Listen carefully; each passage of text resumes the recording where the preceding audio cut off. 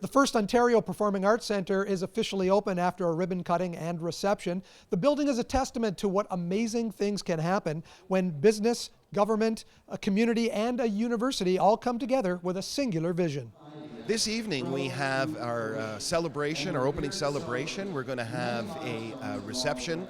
And then we're going to have an opening ceremonies in Partridge Hall where we'll all celebrate a ribbon cutting ceremony, and then Serena Ryder is going to kick it off for us tonight. It's going to be a really exciting concert. Now, you've managed theaters before in other cities. Have you ever opened a theater like this one? Well, yes, we've opened a theater in a downtown, but nothing quite like this. This is a very unique venue. Really, there's not too many of these that boast both a fully concert hall, a black box theater, a recital hall, and a film venue. So, no, there's not much like this anywhere. Mary, $3 million for the naming rights. That's an amazing contribution to this wonderful building. I think it's a testament to what we believe will be a revitalization of the city of St. Catharines, not only because of this facility, but the many facilities that are being rebuilt and built in the downtown core. Besides the naming rights, where do you see the relationship between the Performing Arts Centre and FirstOntario going for the next few years? Will there be a big presence from FirstOntario right here inside this building? But what we really hope for is not to just have a name on a building, but to have a tangible impact in the community by participating with them on things that happen, whether it's through different programming that can benefit kids in the schools, or just doing programs that give our members access to this facility as well. It's more than just the naming on the building, it's really what it can give back to the community. St. Catharines Mayor Walter Sendzik is looking forward to the Performing Arts Centre attracting new investment to the city. Well, really now it's about attracting the private sector. It's about attracting private sector investment. It's about building the city up. It's about putting the city on the map. And these investments that have taken place, that have been publicly funded, are now the catalyst for which we can build plans to get people and businesses to invest, not just in our downtown, but in our city. And I think what you're going to see over the next 4 to 8 years is really the whole city is going to change. And it's going to change for the better. And the people who live here are going to be so proud of where we're going, and the people who come here are going to be amazed at what we've become.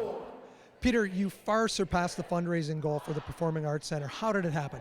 Well, a number of wonderful people, corporations, individuals, businesses, stood up and said, arts are important in St. Catharines, and we want to be a part of this wonderful transformation of downtown St. Catharines. How does it feel to have your name on the main hall here? It's a terrific feeling. I still find it a bit odd to be reading ads for events in the St. Catharines Standard, and it says to take place in Partridge Hall. I see the name Partridge much more often than I have ever dreamed that I think I would see my name.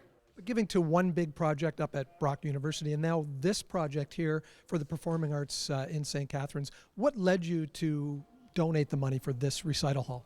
It's really quite simple. Arts and the culture is very much ingrained in our family. My mother had studied as a concert pianist. My father was a baritone, had actually sung with John Vickers before he went into full-time practice of law. My grandfather was a conductor, and actually my son right now is in his third year at the U of T in the opera program. He's 20 years old, has already sung his first opera in Italy at age 18. So the arts and music is very much ingrained in the family psyche. So you didn't build this to have him have a place for him to perform, did you? Well, I didn't build it or donate for him specifically to have a place to hang his hat and sing, although I must admit there's been chats about wanting to get him down here to perform. He's quite talented, but no, I mean, it's just contributing to the city.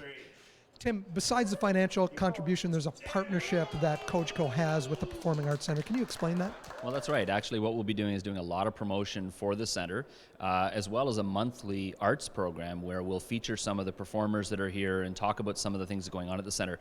Once the centre opens, of course, the biggest thing is to get people into it. So that's a big part that we'll play with TV CoachCo. What was the reason behind coming up with the financial contribution and forming this partnership? We feel it's very important to give back to the communities we serve, and certainly in the arts world, that's something that we believe very strongly in. It supports so many parts of the economy. It's a great thing for all ages within the community. So for us, it's just a natural fit. It's something we don't think of it as just a privilege. We think it's our responsibility. Now, you mentioned some sold-out shows in the future for the Partridge Hall. the programming for that, how do you feel about what is coming up? Well, geez, we're so excited about our lineup just in December. We have Natalie McMaster and Donhell Leahy coming in and doing their show. We have the Nutcracker coming in. We have our Symphony Orchestra performing our shows. We have Course Niagara coming in with their Christmas show. It's going to be an amazing lineup just through December.